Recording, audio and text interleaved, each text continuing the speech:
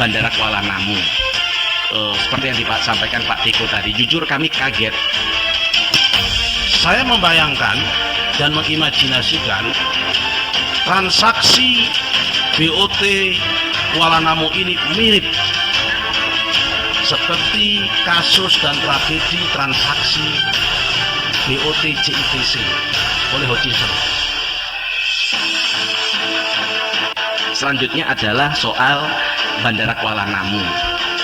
Seperti yang disampaikan Pak Tiko tadi, jujur kami kaget. Selama kami di Komisi 6 Raker, kita belum pernah dipaparkan soal Kuala Namu, kita taunya dari media begitu. Nah, harapan kami pola-pola komunikasi ini kita minta tolong untuk diperbaikin. Banyak, hampir semua kawan-kawan soal update BUMN ini nyarinya bukan melalui forum ini. Jadi forum ini hanya untuk formalitas begitu saja, hanya sebagai media untuk stempel untuk bagaimana ya ini bisa menjadi legal kan begitu. AP2 Kuala Namu ini kan menguntungkan. Jangan sampai hal-hal begitu dikuasain diberikan ke asing. Asing itu dikasihkan yang rugi-rugi itu loh Pak Menteri, begitu harapan kami. Nah, enggak mau ya kalau gitu nggak usah kan begitu. Nah, maka kami pada kesempatan kali ini minta dipaparkan Pak Tiko. Pak Tiko ini kan cerdas dalam soal kalkulasi untung rugi. Nah, kita ingin tahu dengan ini Kuala Namu dikuasai oleh asing, keuntungan apa yang akan didapatkan kita kan begitu. Yang namanya BUMN itu saya setuju Pak Erik 100%. Yang kecil-kecil yang tidak strategis dijual. Tapi menurut pandangan saya, Kuala Namu ini strategik. Saya membayangkan dan mengimajinasikan transaksi BOT Kuala Namu ini mirip seperti kasus dan tragedi transaksi BOT JITC oleh Hutchinson. Pelindo Jakarta International Terminal Container yang ada di Pelindo tahun 1998 selama 30 tahun dan kemudian diperpanjang di depan oleh Menteri Menek BUMN sebelumnya pada tahun 1915 yang sampai hari ini masih menjadi perdebatan dan menjadi kasus yang luar biasa. Pertanyaannya adalah, pemerintah menerima uang 6 miliar US dollar. Saya di sini belum dijelaskan, hanya nilai kerjasama sebesar 6 miliar US dollar, termasuk investasi dari mitra strategis sedikitnya 15 triliun. Pertanyaan saya sederhana, kalau Bandara Kuala Namu itu di BOT oleh GMR ini, pertanyaannya adalah berapa pendapatan Kuala Namu seandainya tidak di BOT saat ini selama 25 tahun. Kemudian yang kedua, di BOT dengan nilai berapa? Kita mau apple to apple kan, seandainya tidak di BOT dengan di BOT. Yang ketiga, yang namanya investor baru masuk, apalagi dengan menggunakan menjadi pengendali di situ, biasanya membawa karena BOT kan pengendali.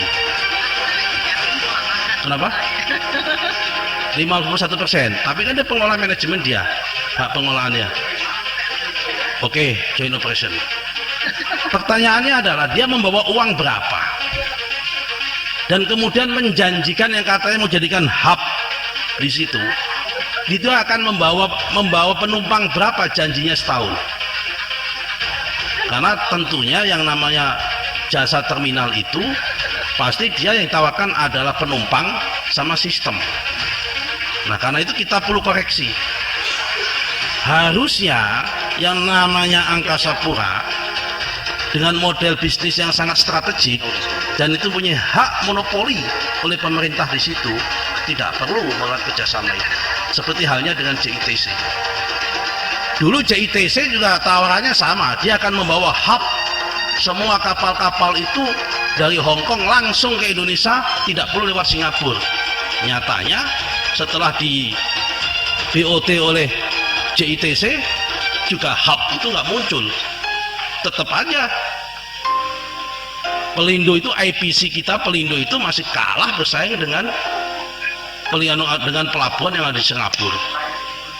Jadi ini perlu telaah lebih lanjut. Saya kira menurut saya ini langkah yang di antara sekian banyak yang menurut saya paling buru-buru.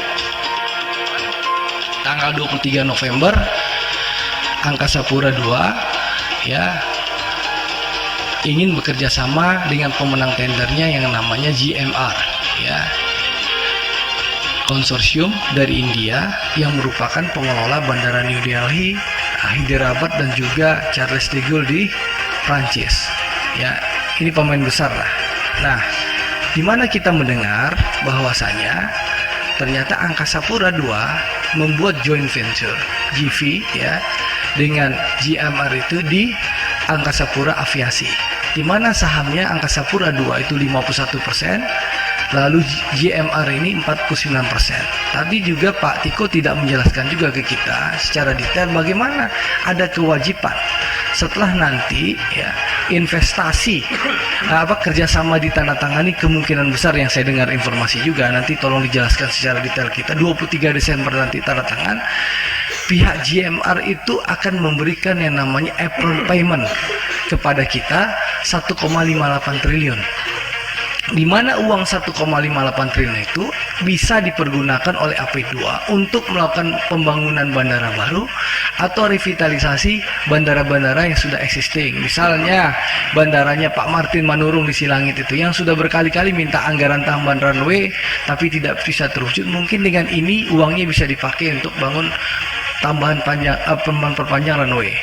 Nah, lalu apalagi itu juga nggak disampaikan bahwa kewajiban GMR itu berinvestasi 56 triliun selama 25 tahun ya, selama 25 tahun, di mana 25 tahun itu tidak bisa diperpanjang, hanya sekali ya, 25 tahun harus dikembalikan negara dan tidak bisa diperpanjang. Dan juga tidak dijelaskan juga ke kita semua tadi oleh Pak Tiko bahwa dalam 3 tahun pertama GMR ini wajib ya mempersiapkan anggaran capex 3 triliun ya, 3 triliun untuk membangun infrastruktur Bandara Kuala Namu, di mana runway-nya ditambah dari 1 jadi 2, lalu kapasitas gedungnya ditambah, dulu sekarang 10 juta penumpang, lalu akan ditambah karena memang sudah over capacity. Lalu juga infrastruktur lain itu tidak jelaskan. Nah, ini PR kita Mas Bimo ke depan, bagaimana komunikasi kita dengan Menteri BUMN, Kementerian dan juga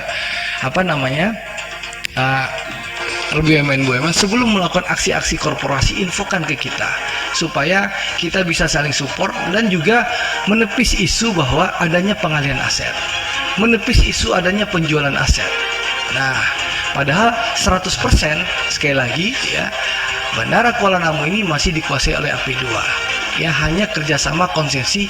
Mau di kerjasama konsesi pun di GV ini juga Angkasa Pura juga masih dominan 51%, dan setiap tahun ya GV ini harus menyetor dividen juga yang akan mendapatkan keuntungan negara. Nah, ini perlu evaluasi kita bagaimana komunikasi memberikan informasi kepada masyarakat. Dan kalau betul Pak dan perlu Pak Menteri, saya usulkan nanti setelah tanda tangan kontrak ini dibuka saja ke publik supaya tidak ada kecurigaan, sehingga publik mendapatkan informasi yang utuh, sehingga kerjasama ini yang tujuannya baik ya, bagaimana Kuala Namu nanti bisa menjadi hub internasional ya, kan harapannya dengan memberikan ke GMR kan ya penerbangan dari Asia Selatan, dari India, Sri Lanka ya, Bangladesh dan berbagai negara lainnya, Pakistan yang terbang ke Australia, Selandia Baru itu bisa mampir di Kuala Namu. Bukan lagi kita lihat kalau malam-malam orang tiduran tuh di Bandara Kuala Lumpur maupun di Bandara Changi. Harapannya kan itu dibuka ke publik supaya informasi yang hoax itu bisa kita jawab. Untuk Bandara Internasional Kuala Namu, mungkin Pak Tiko boleh bantu menjelaskan secara detail posisinya, apa value added-nya mengenai Kuala Namu ini yang kemarin sempat dipersepsikan seakan-akan kita melepas total. Ya. Silakan Pak Tiko. Baik, masih Pak Menteri. Yang saya hormati pimpinan Komisi 6, Pak Faisal Reza, Pak Aryo Bimo, Pak Martin dan Pak Demer, Bapak Ibu Komisi 6 sekalian. Beberapa waktu terakhir ada beberapa diskusi mengenai Kuala Namu. Jadi intinya kami lakukan di Kuala Namu adalah mengerjasamakan konsesi selama 25 tahun, di mana Kuala Namu ini dimiliki oleh Angkasa Pura II dan telah melakukan proses tender yang sangat panjang dan terstruktur, di mana BPKP juga terlibat dalam prosesnya. Tujuannya adalah bagaimana meningkatkan kualitas Kuala Namu ini bukan hanya sebagai domestic airport, tapi menjadi hub internasional.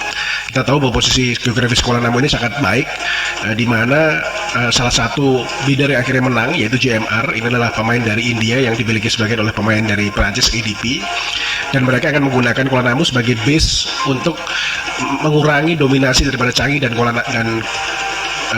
KL, AE, Sepang.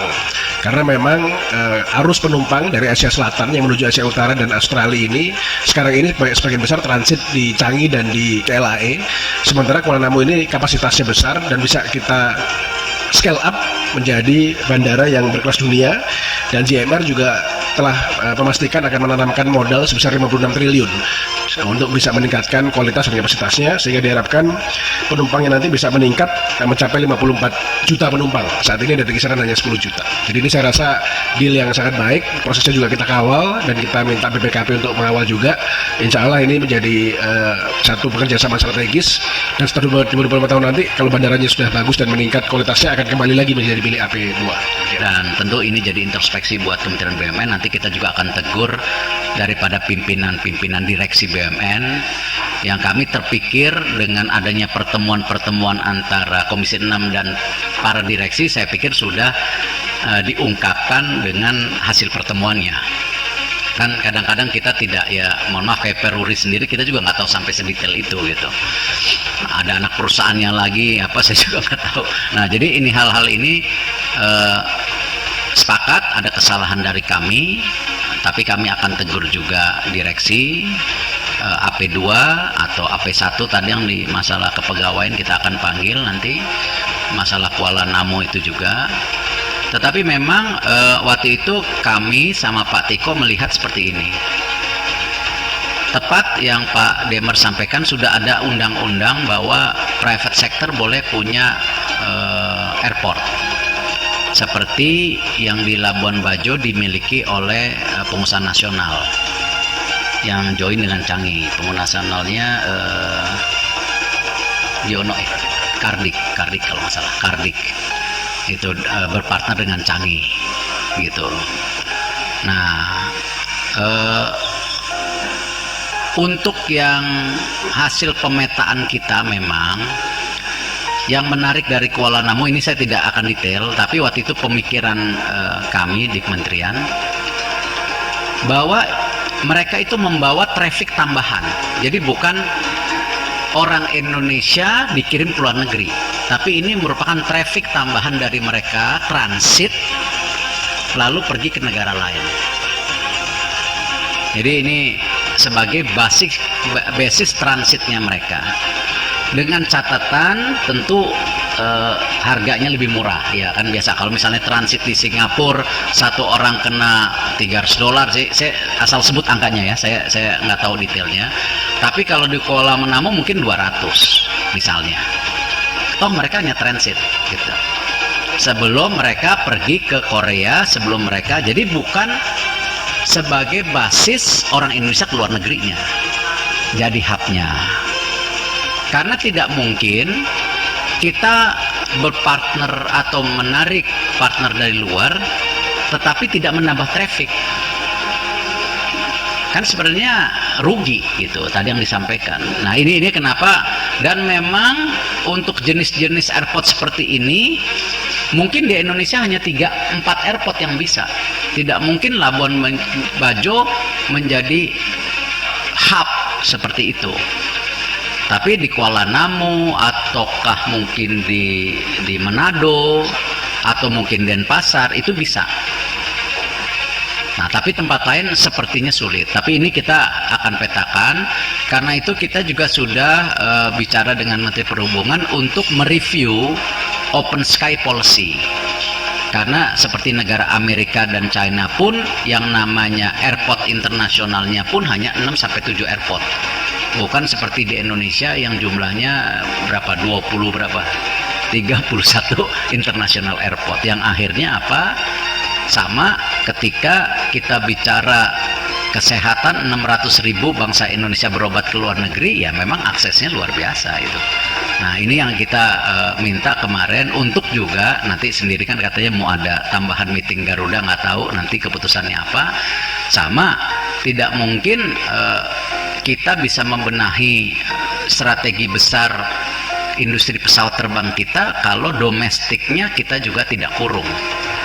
Kalau kita ngelihat di Amerika yang namanya Continental, Southwest, United, semua domestic flight. Jarang sekali yang pergi ke luar negeri. Nah, berarti apa? Pasarnya cukup kuat, tetapi tidak mungkin kalau policy open sky airportnya dibuka, ya industri pesawat nasional juga nggak akan hidup. Karena terlalu banyak kompetitif yang sangat terbuka. Jadi itu mungkin mengenai Kuala Namu sebagai catatan tambahan.